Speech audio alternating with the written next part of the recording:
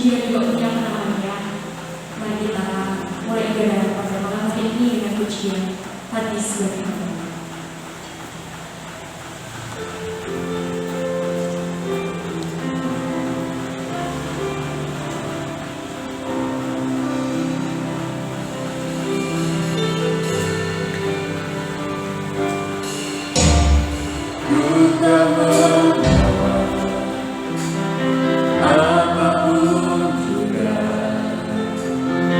Saat ku datang ke dunia.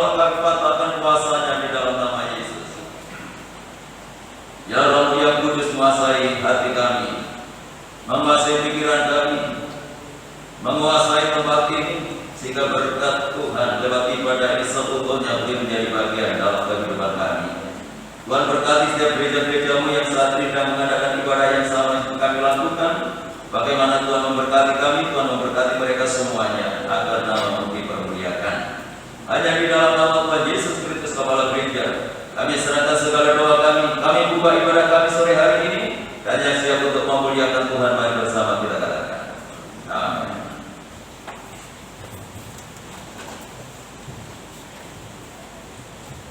Shalom. Benar kata pujian tadi bahwa kita datang ke dunia tidak membawa apa-apa, bahkan kita datang dengan tangan yang kosong, dan kita mampu mendapatkan apa yang kita miliki saat ini itu karena pertolongan dari Tuhan, karena Tuhan memberikan kekuatan di dalam kehidupan kita masing-masing. Dan mari kita pujikan Allah sumber kuasa.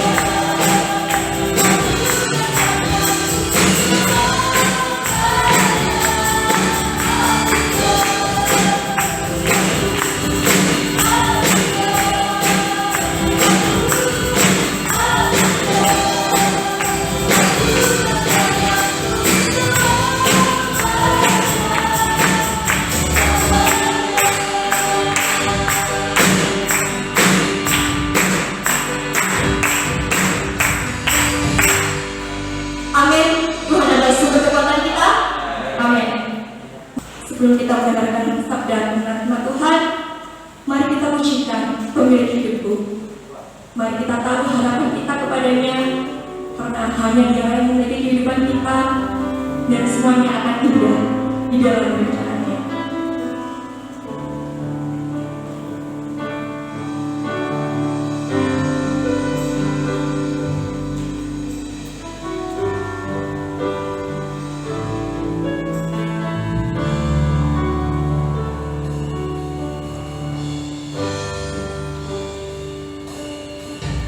Lalu ku serahkan diriku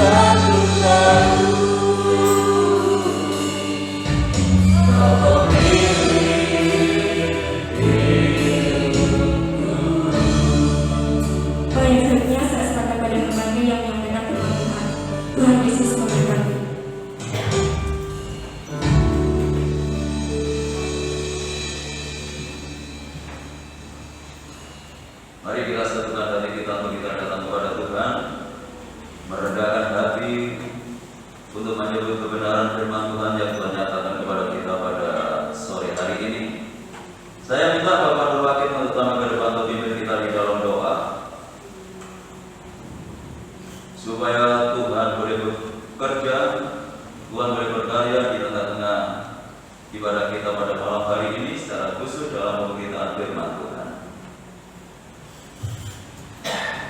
Maha besar Bapa kami yang bersemayam di dalam kerajaan surga, Bapa yang kami muliakan di dalam nama Yesus Kristus, segala puji dan sembah syukur kami naikkan ke hadirat Engkau ya Bapa. Pada saat ini kami senantiasa boleh memuji, menyembah dan mengagungkan nama-Mu. Kiranya setiap pujian yang kami persembahkan boleh senantiasa dapat menyenangkan hati Tuhan Yesus. Terima kasih Bapa. Oh haleluya. Sebentar kami akan mendengarkan kebenaran firman-Mu yang senantiasa boleh menjadi kekuatan kami. Tolong Tuhan, kiranya urapilah hamba-Mu dengan kuasa Roh Kudus, agar setiap firman yang disampaikan hamba-Mu Tuhan benar-benar Tuhan boleh menjadi kekuatan di dalam kehidupan kami, sehingga kami pulang boleh membawa berkat yang dari Tuhan. Terima kasih. Oh haleluya. Kami sambut firman. Hanya di dalam nama Tuhan Yesus Kristus kami berdoa dan mengucap syukur. Amin. Amin. Silakan dibuka. Terpujilah nama Tuhan. Bapak Ibu yang dikasihi oleh Tuhan, saudara Shalom. Salam sejahtera di dalam kasih Tuhan kita Yesus Kristus. Hanya oleh karena anugerah dan kemurahan Tuhan, pada sore hari ini kita dipertemukan kembali lewat ibadah PK yang masih Tuhan sediakan di dalam kehidupan kita. Ya walaupun di luar sedang turun hujan, tetapi Tuhan memberikan keberanian bagi kita, mengambil keputusan untuk kita datang kepada Tuhan pada sore hari ini. Sangat luar biasa ya. Langsung saja kita buka di dalam 1 Petrus pasal yang ketiga ayat 3 dan 4 yang berbicara masalah perhiasan.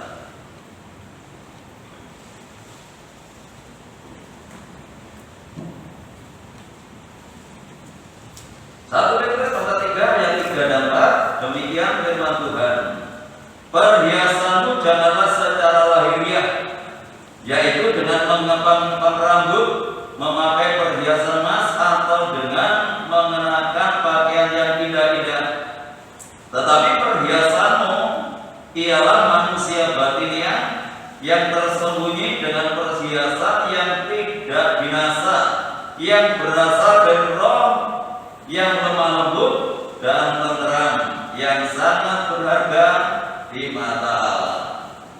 Saya sudah sampaikan, bukan berarti bagi kaum hawa untuk tidak mengenakan perhiasan. Ya boleh.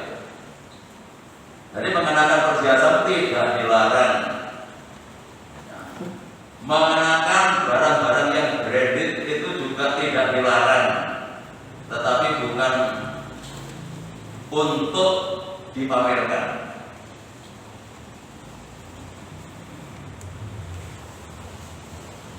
Rasul Petrus mengingatkan kepada kita akan kesederhanaan Tuhan dalam kehidupan orang percaya. Walaupun mungkin kita menjadi anak Tuhan yang diberkati secara materi, tetapi jangan kita mengenakan perhiasan-perhiasan yang berlebihan sehingga menarik orang untuk berbuat jahat. Jadi pada hakikatnya tidak dilarang, tetapi sepantasnya saja. Jadi kalau pakai gelang mungkin ya 1, 2 saja cukup ya. Tidak usah 10 dipakai semua. Kanan 10, kiri 10, tidak perlu. Cukup 2 saja. Kalau mungkin pakai kalung ya tidak usah 1 kilo dipakai semuanya. Ya sepantasnya saja, jadi tidak dilarang. Memang itu adalah bagian dari kaum wanita, bagian dari seorang wanita, yaitu mengenakan perhiasan dengan satu tujuan supaya menarik, dengan satu tujuan supaya cantik, cantik secara lahiriah. Ya walaupun istri saya nggak mengenakan tetap cantik. Ya, cantik itu kan relatif. Siapa yang memandang? Itu kalau secara lahiriah. Jadi mengenakan perhiasan itu supaya menarik, supaya memiliki nilai plus. Tetapi Tuhan mengingatkan kepada kita pada malam hari ini, ya, tetapi perhiasanmu ialah secara batiniah.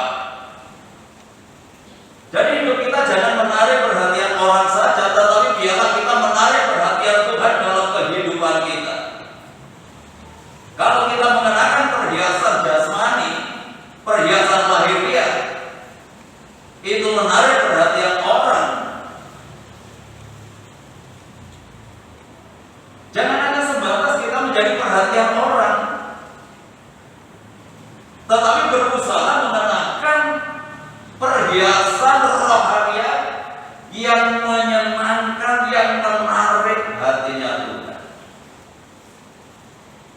Menjadi wanita surgawi. Karena kita di hadapan Tuhan kan wanita. Tuhan Yesus sebagai mempelai laki-laki surgawi, dan kita menjadi wanita-wanitanya Tuhan yang harus tampil elok, yang harus tampil cantik, bukan mengenakan perhiasan yang lahiriah, tetapi mengenakan perhiasan yang rohania, yang tersembunyi, yang tidak nampak, yang tidak kelihatan. Itu yang menyenangkan, itu yang berkenan, itu yang berharga di mata Tuhan. Mungkin di hadapan Tuhan kita tidak berarti, tidak masalah. Di hadapan orang kita tidak berharga, oleh karena kita tidak mengenakan perhiasan lahiriah, tidak masalah. Tetapi marilah kita menempatkan satu kehidupan yang menarik perhatian Tuhan dalam kehidupan kita ini.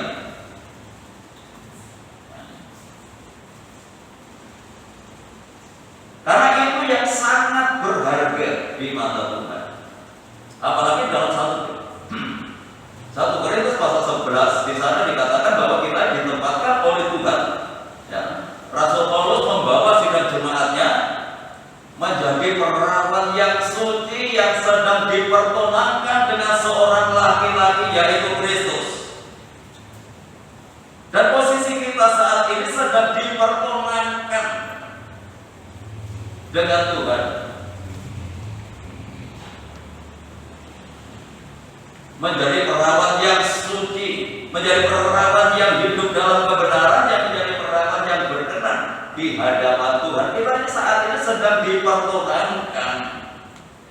Dan nanti kalau Tuhan Yesus Kristus datang kali yang kedua menjemput di dalam hidup kita, ketika kita didapati oleh Tuhan menjadi anak Tuhan yang mengenakan perhiasan-perhiasan yang rohania ini. Jadi menjadi orang yang berharga ketika kita mengenakan perhiasan ini, yaitu perhiasan yang berasal dari roh yang lemah lembut. Yuk lanjut. Kemarin saya sampaikan roh yang lemah lembut atau terus hati yang lemah lembut itu artinya orang yang memiliki kebaikan hati atau baik hati, tidak pemarah tapi peramah. Ya, itu yang Tuhan mau di dalam kehidupan kita, itu yang harus kita kenakan dalam hidup kita. Jadi roh yang lemah lembut itu ketika kita memiliki kebaikan hati, ketika kita tidak menjadi orang yang pemarah. Apakah marah itu tidak boleh? Boleh. Tetapi harus ada batasnya sampai matahari terbenam harus selesai. Jadi tidak boleh marah sampai besok. Apalagi besok lusa, 1 minggu tetap marah dan tidak terselesaikan. Tidak boleh marah, tetapi marahlah mungkin kepada anak kita kalau itu bertentangan dengan prinsip. Ya contohnya ibadah. Ibadah itu prinsip. Jadi setiap orang tua itu harus memahami ini. Nah, nanti kalau kita sedikit-sedikit marah, anak-anak kita itu tidak ngerti mana yang prinsip, mana yang tidak prinsip,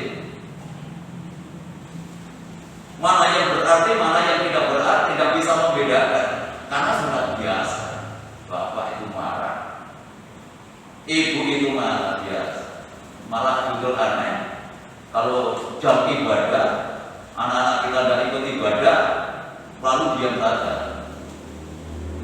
Yang prinsip yang membawa kepada keselamatan ini, ketika tidak dilakukan sejak ini, perlu kita disiplinkan supaya itu ngerti bahwa ibadah itu sesuatu yang prinsip, ibadah itu adalah sesuatu yang penting dalam kehidupan kita.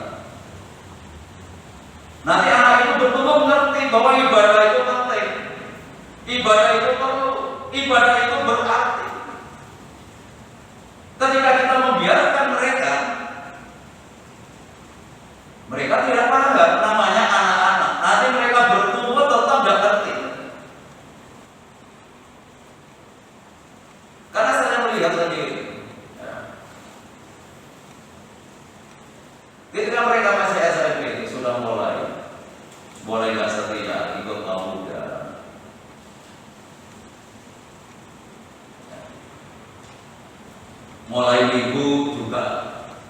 Nggak ke gereja, alasannya kegiatan ini, kegiatan itu. Ketika anak itu bertumbuh, sekarang nggak ke gereja. Kenapa ketika masih kanak-kanak nggak disiplin?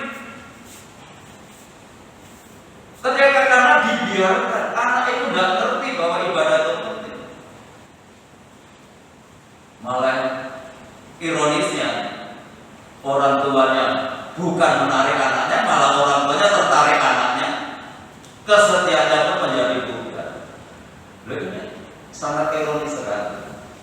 Sebabnya kita jadi orang tua itu harus mengerti betapa pentingnya ya ibadah. Karena ibadah itu mengandung janji. Kalau ibadah itu tidak mengandung janji, tidak perlu kita kerjakan. Mengandung janji, baik janji untuk hidup sekarang ini maupun hidup yang akan datang. Itu janji di dalam ibadah. Untuk itu kenapa? Jadi ibadah di tempat itu sangat ditekankan. Karena mengandung janji. Kalau tidak mengandung janji, nggak perlu diurah-urah, nggak perlu ditandaskan bahwa ibadah itu penting. Karena ini mengandung janji. Nggak ada janji ketika kita hidup di dalam dunia ini sampai membawa kita kepada keabadian, membawa kita kepada kekekalan. Jadi apa yang kita kerjakan sekarang ini, apa yang kita lakukan sekarang ini kalau dibanding ya, dengan kemuliaan yang Tuhan anugerahkan kepada kita, tidak ada arti.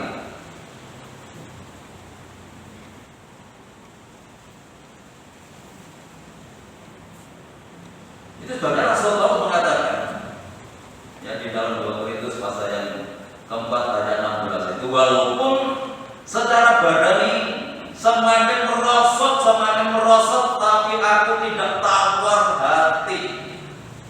Karena penderitaan sekarang ini mengerjakan bagi kami untuk memperoleh kemuliaan yang jauh lebih berarti, kemuliaan yang jauh lebih berharga, kemuliaan yang jauh lebih mulia dari penderitaan kami sekarang ini. Karena kami hidup tidak melihat apa yang kelihatan, tetapi apa yang tidak kelihatan. Karena yang kelihatan itu sementara dan yang tidak kelihatan itu adalah kekal.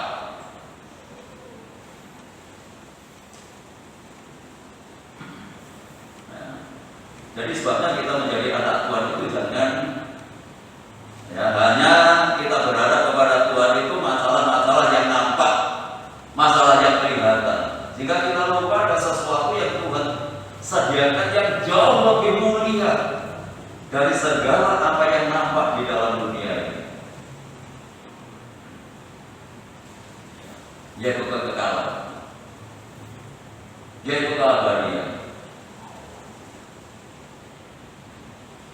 Itu harus kita perkarakan sekarang ini, bukan nanti. Karena hidup ini kan misteri. Sewaktu-waktu ya, kita ini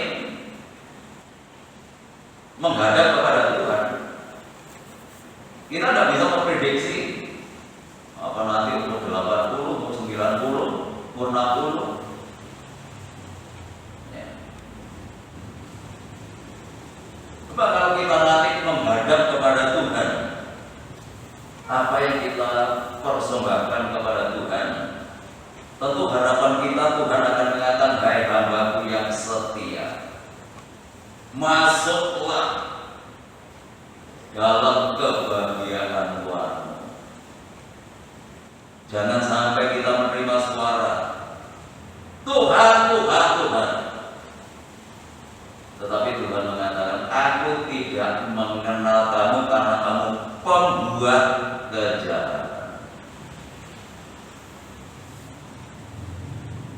Jadi apa yang kita lakukan, apa yang kita kerjakan, itu diperhatikan. Nah itu buktinya ketika hamba-hamba itu datang kepada Tuhan, yang mengatakan, Tuhan, Tuhan, aku sudah mengusir setan demi nama-Mu, aku sudah melakukan tanda mujizat dan nama-Mu, aku menyembuhkan orang demi nama-Mu. Kok tidak disambut oleh Tuhan, hai hambaku yang baik, karena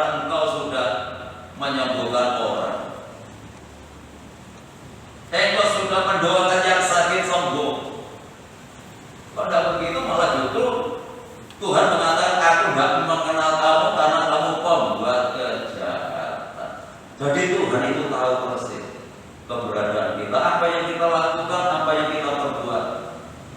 Walaupun kita sudah menjadi pelayan Tuhan sekalipun, tetap diperhatikan oleh Tuhan sejauh mana pelayanan kita sesuai dengan kehidupan.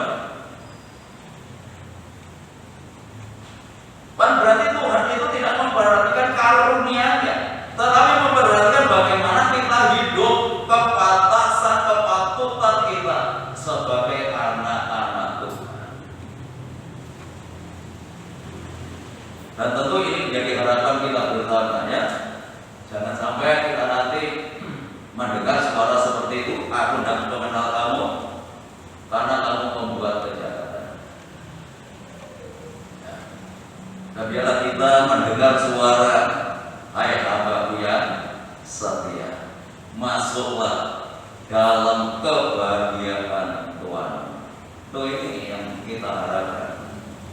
Ini yang kita hidupkan dalam kehidupan kita. Karena menghadap kepada Tuhan itu adalah kepastian. Ya. Ini bukan dongeng, tetapi ini yang akan kita hadapi bersama. Dan masing-masing orang akan bertanggung jawab di hadapan Tuhan. Nah, jadi anak-anak, ya, anak-anak pun akan bertanggung jawab sendiri di hadapan Tuhan. Keselamatan Anda tidak bergantung kepada orang tua. Tapi bagaimana Anda mempercayakan hidupmu kepada Tuhan, itu yang menentukan itu. Nah, itu sebabnya ketika kita ini masih dipercaya oleh Tuhan, ya, anak-anak kita masih bersama dengan kita, pimpin mereka, didik mereka, arahkan mereka kepada Tuhan.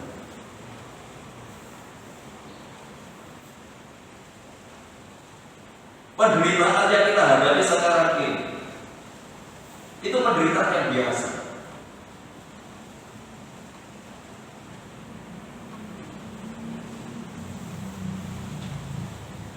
Penderitaan orang yang lepas dari Tuhan itu penderitaan yang tidak akan pernah berakhir.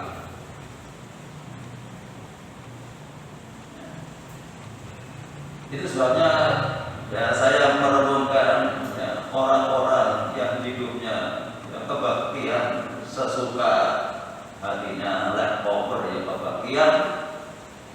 Kalau ada waktu, ya, kebaktian, kalau enggak, ya enggak. Mereka tidak mengerti nilai dari kekekalan. Kalau orang itu mengerti nilai kekekalan, dia akan mempertaruhkan apa saja untuk itu.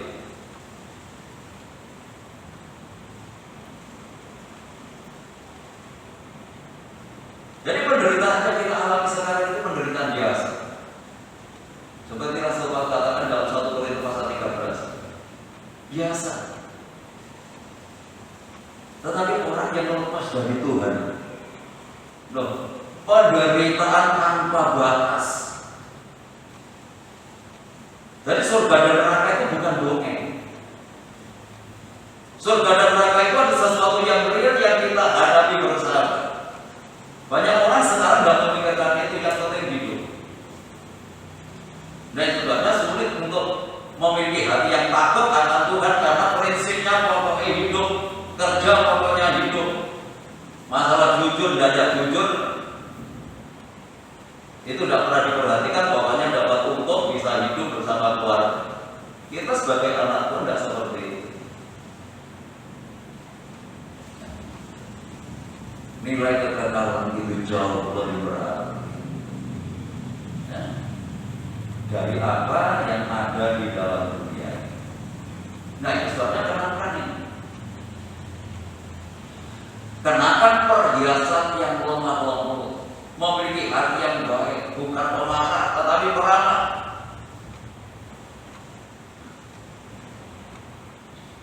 Dua Timotius itu sudah kita lewati kemarin, sudah kita baca. Sekarang masuk dalam 2 Timotius pasal yang 2, bagaimana seharusnya kita sebagai hamba Tuhan.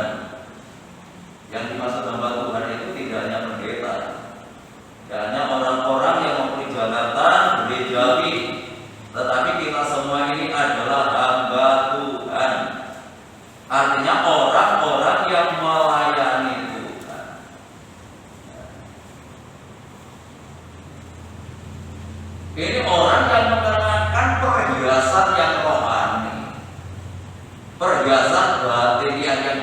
berharga di mata Tuhan ketika kita ini menjadi orang yang ramah.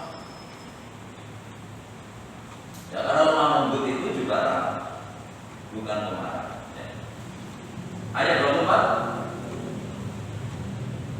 Sedangkan seorang hamba Tuhan tidak boleh bertengkar, tetapi harus ramah terhadap semua orang. Dia harus dapat mengajar, sabar, dan dengan lemah lembut dapat menuntun orang yang suka melawan. Sebab mungkin Tuhan memberikan kesempatan kepada mereka untuk bertobat dan memimpin mereka sehingga mereka mengenal kebenaran. Dan dengan demikian mereka menjadi sadar kembali karena terlepas dari jerat iblis yang telah mengikat mereka pada kehendaknya. Ini orang yang suka melawan. Jadi orang yang suka melawan itu adalah orang yang dijerat oleh iblis. Nah, orang yang seperti ini tidak perlu dilawan dengan kekerasan, tetapi sebagai seorang hamba Tuhan ya, harus ramah, tidak boleh bertengkar. Ya. Jadi kita semuanya adalah hamba Tuhan. Ya, itu sebabnya jangan kita yang bertengkar. Ya, dimulai dari keluarga. Jadi keluarga suami istri jangan bertengkar. Kalau ada masalah yang diselesaikan tidak perlu harus bertengkar. Kalau ada ketidakcocokan yang bisa diselesaikan dengan cara yang baik, kan nggak harus tukaran. Kalau sampai tukaran fisik kan memalukan. Ya, diharapkan di sini tidak ada yang seperti itu. Kalau dalam Maleakhi pasal 2, Tuhan itu benci dengan kekerasan.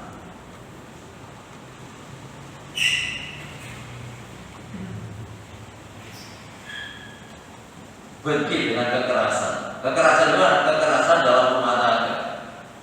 Ayat itu memang berbicara masalah pernikahan di dalam Maleakhi pasal yang kedua ya. Jadi kita nggak boleh ya, menjadi suami yang keras. Keras itu bukan saja mungkin suka mukul dan lain sebagainya. Perkataannya pun ya jangan keras.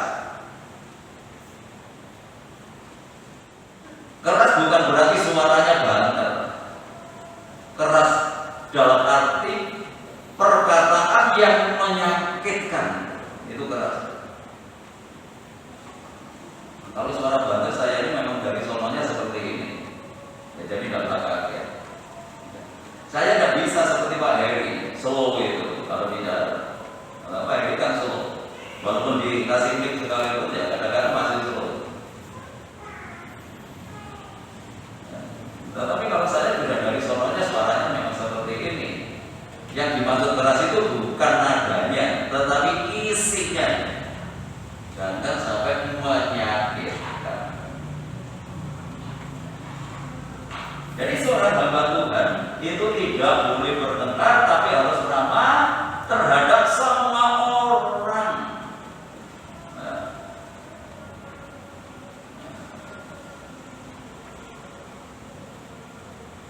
Terhadap semua orang, tidak hanya ketika kita ada di gereja ramah. Apalagi kalau menerima tamu ya. Menerima tamu itu ya harus ramah. Nah, kalau mungkin itu pas tugas terima tamu di rumah nggak cocok dengan suaminya, di rumah nggak cocok dengan anaknya, atau terima tamu di depan. Nah. Salaman kalau orang sekarang nggak salaman kan sekarang gitu. Tapi dengan mentutup dan nggak ramah. Harus ramah. Apalagi yang berlima tahun itu harus ramah. Dengan keramahan Anda, jemaat itu bisa menjadi jemaat yang setia karena terima tahunnya itu ramah. Mungkin itu bisa menarik orang itu setia. Ada orang yang jengkel, mungkin terima tahunnya nggak pernah memperhatikan contohnya. Terima tahunnya nggak ramah, malas ke gereja. Lo bisa loh seperti itu. Jadi yang diperhatikan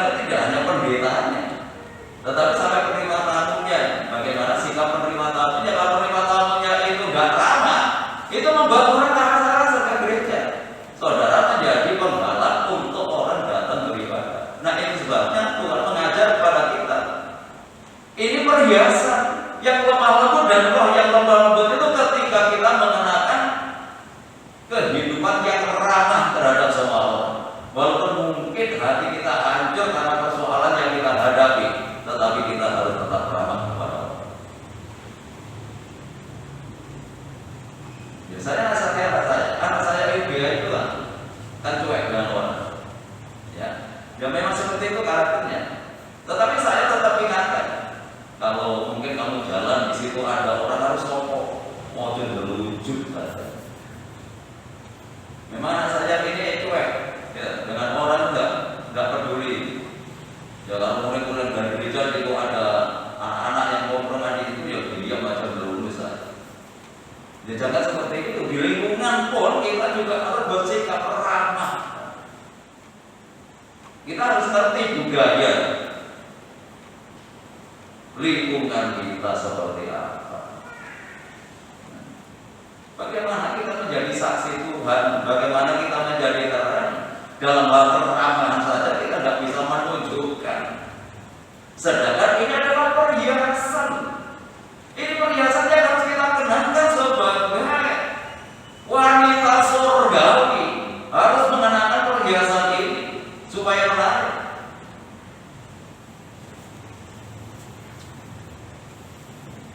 Saudara walaupun mungkin tidak mengenakan barang-barang yang mahal yang saudara kenakan dalam tubuh, tetapi kalau saudara ramah dihargai orang.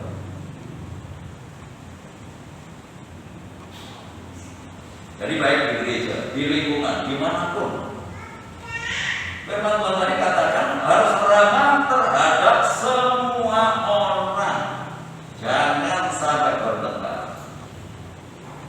Ya kemarin saya melayani kaum wanita, saya bersaksi, saya di sini ini sudah 31 tahun. Selama 31 tahun tidak pernah saya ada persoalan dengan tetangga, walaupun satu kali tadi. Tidak pernah ada masalah dengan tetangga kanan kiri selama 31 tahun. Tidak pernah bertengkar. Lalu saya nasihati ibu-ibu yang punya anak. Biasanya orang tua bisa ribut karena anak. Kalau anak kecil, tukaran itu kan biasa, bermain tukaran, rebutan sampai pulang nangis. Orang tua sudah membela. Anaknya nanti sebentar lagi kumpul lagi. Kalau orang tuanya sudah bertengkar, bisa berminggu-minggu, mungkin bisa bertahun-tahun, tidak saling sapa. Jadi kalau masalah anak-anak tidak usah dibela, namanya anak-anak, biarkan biasa terjadi. Jadi jangan sampai bertengkar. Itu hamba Tuhan. Hamba Tuhan yang mengenakan perhiasan yang rohani, yang berharga di mata Tuhan. Itu harus kita kenakan, nggak teori, harus kita praktekkan dalam hidup kita, dalam kehidupan yang nyata. Jadilah orang yang ramah.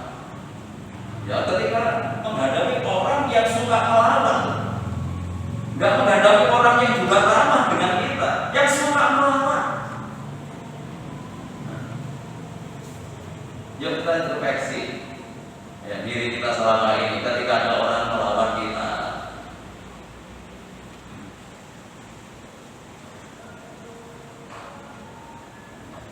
Apakah kita bisa meresponi dengan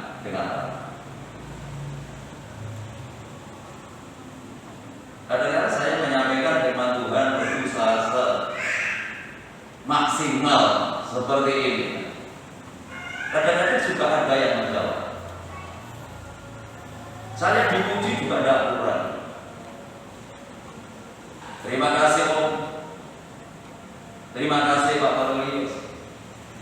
Tapi bukan membuat saya besar kepala juga ada.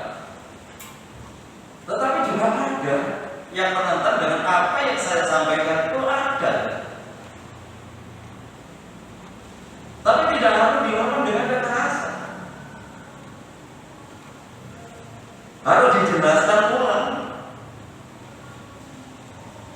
supaya memahami, supaya mengerti. Jadi memang seorang hamba Tuhan, kita sudah berusaha memberikan yang terbaik. Ketika kita menghadapi jemaat ada yang seperti itu, layani dengan baik, nggak usah marah. Biarkan saja itu obat supaya kita tambah sehat, rohani kita tambah kuat. Harus dituntut dengan lemah lembut. Ya mungkin secara lahirnya kita jengkel, ya, kita sudah berusaha menyampaikan firman Tuhan itu ada gampang. Ya tanya mereka-mereka yang dapat tugas itu seperti apa untuk menyampaikan firman Tuhan. Persiapan firman Tuhan ini tidak hanya bicara hari. Membaca satu hari kadang-kadang boleh, tidak nangkal sama Tuhan. Bisa dikurangi sampai besok tidak nyangkau. Besok lusa tetap tidak nyangkau apa yang harus disampaikan.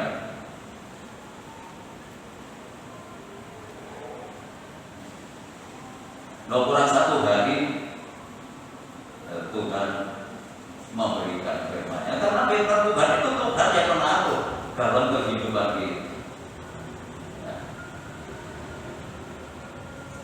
Tentu lewat pergumulan harus kita lakukan.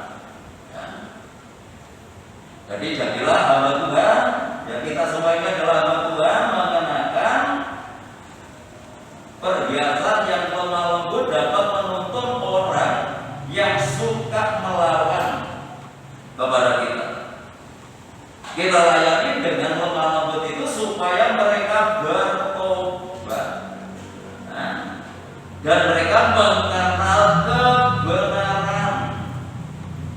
Dengan demikian mereka menjadi sadar kembali karena mereka terlepas dari jerat iblis. Karena mereka ditawan, karena mereka dijerat oleh iblis ini, sehingga menjadi orang yang suka melawan. Ya mungkin teman-teman bisnis yang pengrajin, kita kadang-kadang kan menghadapi orang-orang yang keras. Itu tidak perlu dilatih dengan keras. Anda hamba Tuhan harus ingat ini. Hamba Tuhan itu tidak, status hamba Tuhan tidak hanya di gereja, tetapi dimanapun kita harus menempatkan diri sebagai seorang hamba Tuhan yang bisa meladeni semua orang yang melawan kita. Harus kita tuntut, harus kita bimbing, harus kita arahkan supaya mengenal kebenaran. Itu hamba Tuhan. Ini mengenakan perhiasan roh yang lemah lembut.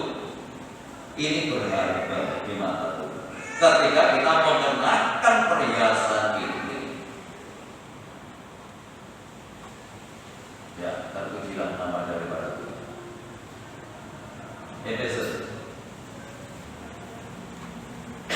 Efesus pasal 4 ayat 31 dan 32.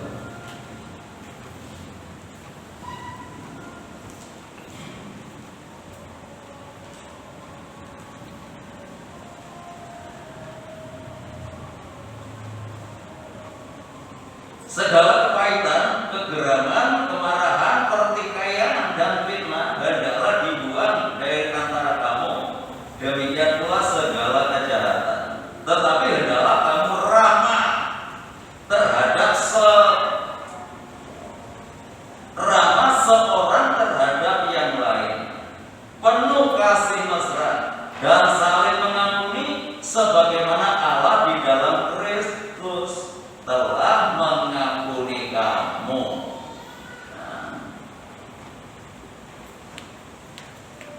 Jadi orang yang ramah itu adalah orang yang tidak ada kepahitan. Kalau orang itu ada kepahitan dalam hatinya, tidak akan mungkin kita ramah.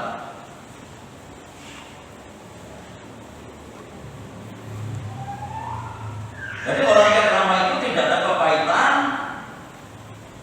tidak ada kemarahan, dan tidak ada pertikaian, tidak ada fitnah dalam hidupnya, dan segala bentuk kejahatan.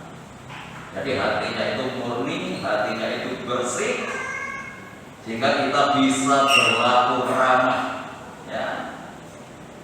Dalam kamu ramah seorang terhadap yang lain penuh kasih mesra dan saling mengampuni. Jadi kalau ada kesalahan satu dengan yang lain, itu harus ada pengampunan. Sebagaimana Kristus telah mengampuni kita. Jadi jelas kalau orang itu tidak mau mengampuni, Tuhan juga tidak akan mengampuni. Itu dalam Matius pasal yang ke-6. Jadi kalau kita tidak mau mengampuni, itu kan bagian dari doa Bapa kami. Ampunilah kami, ya Bapa, sebagaimana Engkau telah mengampuni kami, kami mengampuni terhadap sesama kami. Ini bagian dari doa Tuhan Yesus. Jadi jangan ada di antara kita ini yang menyimpan kepahitan.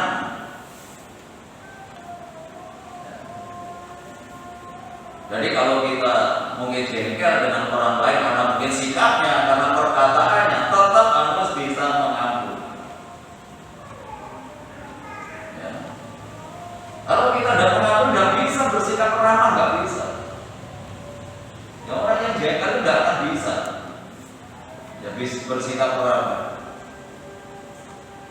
dengan orang lain. Nah itu sebabnya kita ini harus bisa mengampuni sebagaimana Kristus telah mengampuni kehidupan kita. Ya, jangan ada di antara kita yang menyimpan kepahitan, ya, menyimpan kejengkelan sampai berminggu-minggu bahkan mungkin bertahun-tahun, sampai dibawa mungkin nanti bawa oleh yang lahat. Ya, jangan sampai. Jadi kalau kita disakiti, kita dilukai, kita dirugikan, ya kita menjadi hamba Tuhan yang bisa mengampuni. Ini adalah perhiasan kita, perhiasan yang berharga, perhiasan yang bernilai di mata Tuhan. Ini yang Tuhan mau dalam kehidupan kita. Kita semakin cantik di hadapan Tuhan. Mungkin kita tidak berharga, tidak bernilai, mungkin di lingkungan kita, karena orang sekarang itu yang dilihat itu kan lahiriahnya. Apalagi kalau wanita itu tidak mengenakan apa-apa kan kurang dihargai, dan masalah. Karena orang sekarang itu yang dipandangkan yang lahiriahnya. Orang berkendara saja juga seperti itu. Saudara namun bawa mobil atau sepeda motor itu tanggapannya sudah beda. Itu sudah beda. Orang dunia itu seperti itu. Nah itu sebabnya ketika kita ini ingin mengenakan perhiasan yang rohani, memang tujuan kita bukan untuk mendapatkan penghargaan, penghormatan dari manusia, tetapi ini bernilai di mata Tuhan. Itu yang penting dalam kehidupan kita. Nah itu sebabnya ketika kita mengerti nilai ini, maka kita akan menjadi anak Tuhan, menjadi hamba Tuhan yang bisa ramah terhadap semua orang, termasuk orang-orang yang melawan. Karena sekarang ini kita ini sedang ditandani oleh Tuhan, yang menjadi wanita-wanita surgawi yang layak nanti menyambut kedatangan Tuhan yang kedua kali. Nah itu sebabnya walaupun Rasul Paulus itu latar belakang hidup yang keras, ketika ditangkap Tuhan, mengerti kehendak Tuhan, mengerti sesuatu yang bernilai, dia tidak hanya mengajar, tetapi itu dikenakan di dalam kehidupannya.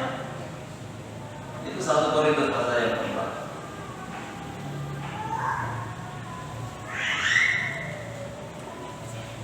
dia tahu bahwa ini yang berharga di mata Tuhan. 1 Korintus 4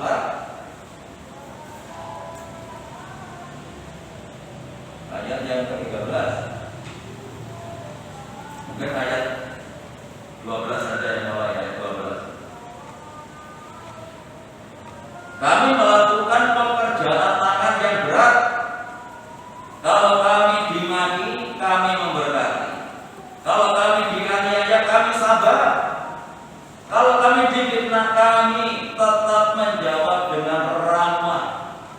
Kami telah menjadi sama dengan sampah dunia, sama dengan kotoran dari segala sesuatu sampai pada saat ini. Gak berharga, gak bernilai dirinya. Bagi dunia ini bagikan sampah. Tapi tidak masalah bagi Paulus ini, karena dia sedang mengenakan perhiasan yang rohani. Latar belakang Paulus ini adalah orang yang keras, yang melawan orang-orang yang percaya kepada Tuhan. Sebelum dia mengenal kepada Tuhan, bagaimana dia minta surat kuasa untuk datang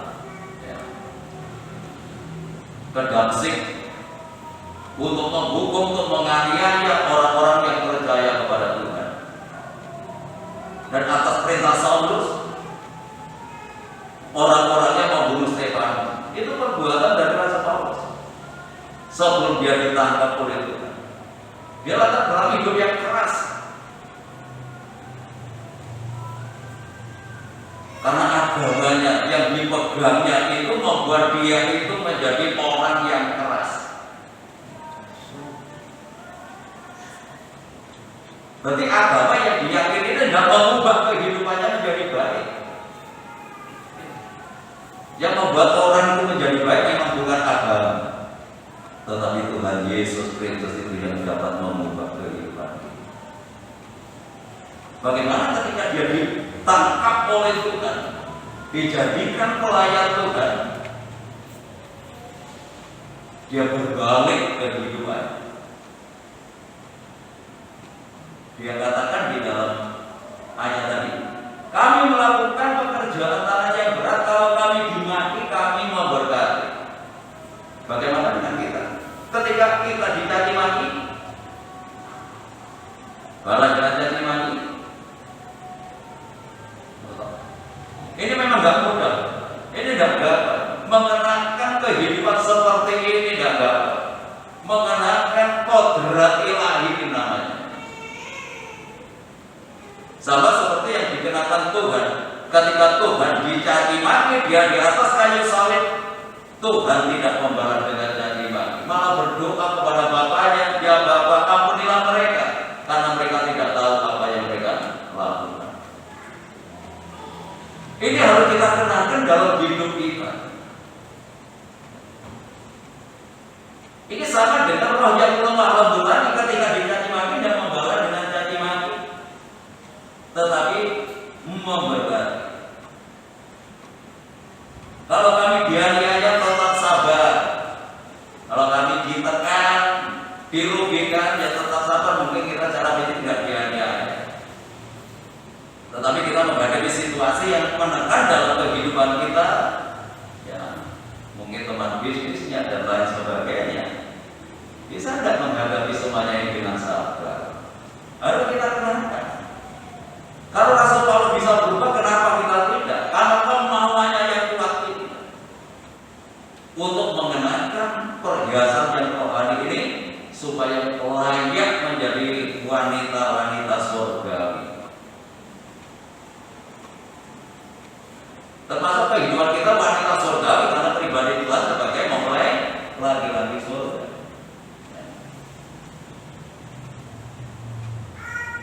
Kalau kami difitnah, kami tetap menjawab dengan ramah.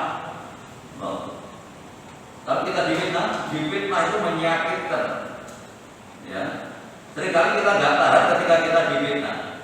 Berarti yang memfitnah itu orang dekat kita, mungkin teman kerja. Waduh, dilaporkan dosen melakukan ini itu. Misalnya saudara tidak berbuat, sekarang itu di mana saja seperti itu persaingan Untuk apa? Untuk menjatuhkan supaya mereka dapat posisi. Dunia kerja sekarang itu seperti itu. Sudah ada kaget untuk menghadapi situasi dan kondisi seperti itu. Tetapi bagaimana sikap kita ketika kita ini difitnah? Bisa enggak kita menjawab dengan ramah? Ya. Nanti kalau Tuhan itu izinkan terjadi saudara difitnah, praktek dilayani dengan ramah. Enggak usah marah. Enggak usah marah, enggak usah sakit hati, karena kita sedang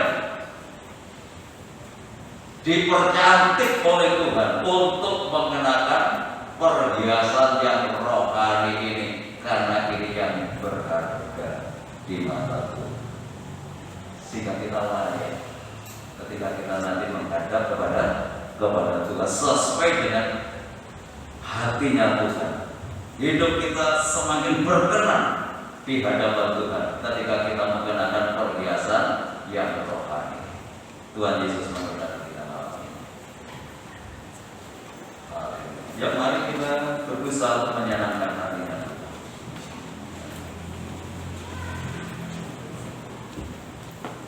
Biarlah ini menjadi tujuan kehidupan kita,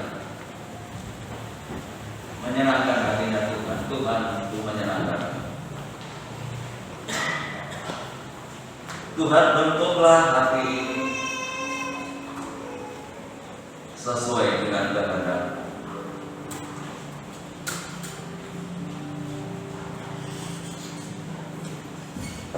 Haleluya.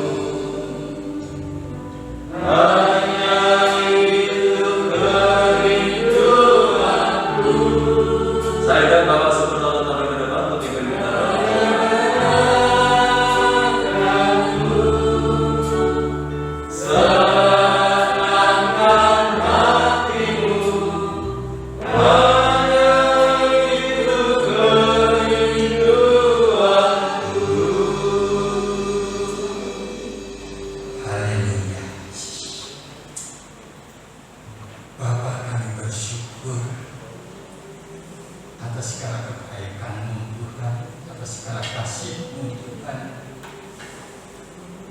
Di mana pada sore hari ini Tuhan kami jemaat-Mu menyerahkan segenap hidup kami Tuhan kepada-Mu Tuhan, dan Engkau telah memenangkan kami Tuhan di dalam situasi cuaca yang tidak mendukung, namun kekuatan yang telah Kau berikan kepada kami, sehingga pada saat ini Tuhan kami boleh mengagungkan nama-Mu Tuhan. Ini mengucapkan syukur dan terima kasih. Terlebih Tuhan, Engkau mendidik kami, Engkau memberikan pengajaran kepada kami bagaimana sebenarnya kita harus hidup. Biarlah di dalam perjalanan hidup kami tidak menunjukkan perhiasan-perhiasan secara lahiriah, tetapi kami berupaya dan berusaha untuk membangun hidup kami secara batiniah. Dan itu Tuhan, kami tidak mampu apabila tidak campur tangan Tuhan. Kekuatan Tuhan yang senantiasa membawa di dalam perjalanan hidup kami hari ini harus lebih baik dari hari yang akan datang. Dan itu harus kita perjuangkan dengan kita setia kepada Tuhan lewat ibadah. Dan dalam ibadah itu Tuhan, Engkau telah memberikan didikan-didikan kepada kami, nasihat-nasihat kepada kami, supaya dalam perjalanan hidup kami layak di hadapan Tuhan, supaya dalam setiap kehidupan kami Tuhan, biarlah Engkau yang senantiasa membangun di dalam kerohanian kami, sehingga di dalam pemilihan kami hari demi hari kami boleh menunjukkan Tuhan apa yang menjadi kehendak dan rencana Tuhan, dan supaya dalam perjalanan hidup kami bisa menyenangkan hati Tuhan.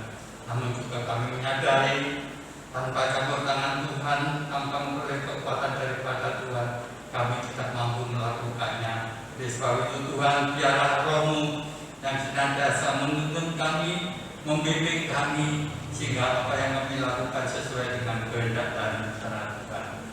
Terima kasih Tuhan atas segala firman-Mu. Pakai hamba-Mu sebagai saluran berkat untuk membangun jemaat-Mu di tempat ini. Kiranya Tuhan, jemaat-Mu di tempat ini makin hari makin setia dan kehidupannya boleh layak di hadapan Tuhan. Tuhan berkati seluruh keluarga hamba-Mu Tuhan, sebagaimana Engkau memberkati firman pada saat ini. Saya percaya jeripaya hamba-Mu tidak akan pernah sia-sia, namun Tuhan senantiasa memberkati Tuhan, baik hari ini maupun hari yang akan datang. Terima kasih Bapak, terima kasih. Segala puji hormat bagi Tuhan. Hanya di dalam nama Tuhan kami Yesus Kristus kami alaskan doa kami. Haleluya. Amin. Dan silakan duduk kembali.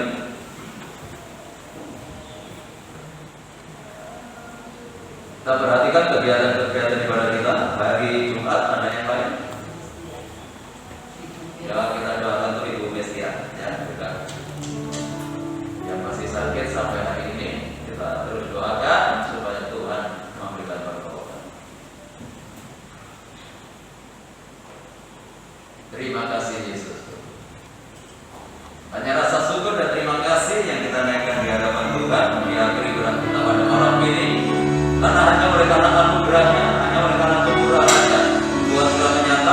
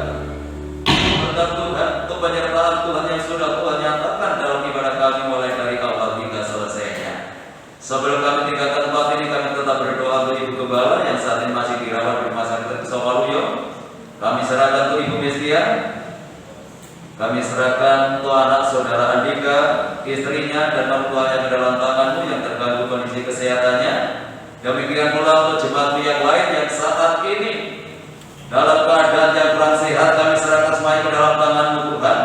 Kami mohon belas kasihan-Mu, kami mohon kemurahan-Mu. Mari Engkau ulurkan tangan kuasa-Mu, jamah mereka yang sakit di dalam nama Yesus Kristus. Yang sakit dipulihkan, yang sakit disembuhkan. Kuasa milik Tuhan Yesus untuk memberikan pertolongan.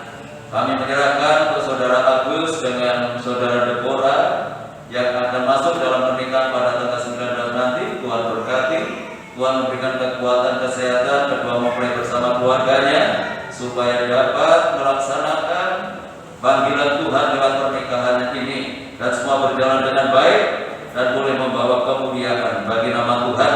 Segala sesuatu yang diperlukan Tuhan cukupkan sehingga tidak kekurangan sesuatu apapun. Bapak Ibu kami yang sudah berusia lanjut, biarlah Tuhan anugerahi dengan kekuatan dan kesehatan. Hamba-Hamba-Mu yang sudah melayani pekerjaan malam hari ini, Tuhan memberkati mereka semuanya, bahkan semakin memperindah pelayanannya di hari-hari yang akan datang. Kami menyerahkan untuk lingkungan kami, kota kami, bangsa dan negara kami, Tuhan berkati dengan ketenangan, kedamaian dan kesejahteraan. Bapak Presiden bersama pimpinan jajarannya, demikian pula pemerintah yang ada di daerah diberikan hikmat oleh Tuhan untuk dapat membawa bangsa ini ke arah yang lebih baik lagi. Upaya pemerintah untuk memutus rantai penularan COVID-19 dengan menurunkan vaksin dan mengimbau setiap masyarakat memperhatikan protokol kesehatannya dan upaya ini negeri ini segera bebas dari pengaruh COVID-19. Kami menyerahkan konflik yang saat ini sedang terjadi antara Rusia dengan Ukraina ke dalam tangan Tuhan. Biarlah Tuhan campur tangan mengadakan perdamaian kedua negara ini supaya tidak mempengaruhi negara-negara yang lain. Kami mohon belas kasihan Tuhan, kami mohon kemurahan Tuhan supaya segera berakhir konflik yang saat ini sedang terjadi. Terima kasih Tuhan, kami menyerahkan seluruh jemaat-Mu ke dalam tangan-Mu, baik yang hadir malam ini maupun yang tidak hadir, baik yang ada di dalam kota, di luar kota. Tuhan tetap jaga, lindungi, sertai, tuntun dan bimbinglah mereka supaya tetap hidup dalam kekudusan dan kebenaran dimanapun mereka berada, selalu boleh membawa kemuliaan bagi nama rumah tangga, keluarga, kehidupan nikah jemaat. Tuhan berkati dengan ketenangan, kedamaian dan kesejahteraan. Segala usaha, pekerjaan, tugas dan tanggung jawab yang mereka lakukan, Tuhan buat berhasil. Tuhan peliharakan seluruh jemaat dalam kasih-Mu, walaupun dalam situasi yang sulit saat ini, supaya keluarga anak-anak-Mu tidak ada yang hidup dalam kekurangan. Anak-anak yang masih duduk di bangku sekolah, Tuhan dan Engkau berkati mereka dengan kecerdasan dan kearifan. Jadikan anak-anak yang berprestasi baik dalam akademisnya maupun non akademisnya, jadikan berkat dalam pergaulannya. Bagi sidang jemaat-Mu yang sudah memberikan persembahannya, mengembalikan perpuluhannya, kembalikan berlipat kali ganda sesuai dengan janji firman-Mu. Sebentar lagi kami akan tinggalkan tempat ini kembali ke rumah masing-masing. Jaga, lindungi, sertai kami dalam perjalanan, tiba di rumah dengan selamat, tidak kekurangan sesuatu apapun. Kembalikan kami dalam kegiatan ibadah yang akan datang dalam keadaan yang lebih baik dari malam hari ini. Bapak Ibu Saudaraku yang dikasihi oleh Tuhan, sekarang pulanglah, terimalah berkat damai sejahtera dari Allah Bapa, kasih karunia-Nya dari Tuhan Yesus Kristus, dan lewat persekutuan Roh-Nya yang kudus menyertai dan memberkati kita mulai malam ini sampai Maranatha, Tuhan Yesus datang kembali. Dalam nama Tuhan Yesus kami berdoa dan ucap syukur, yang diberkati Tuhan, mari bersama kita katakan amin. Selamat pulang, Tuhan berkati.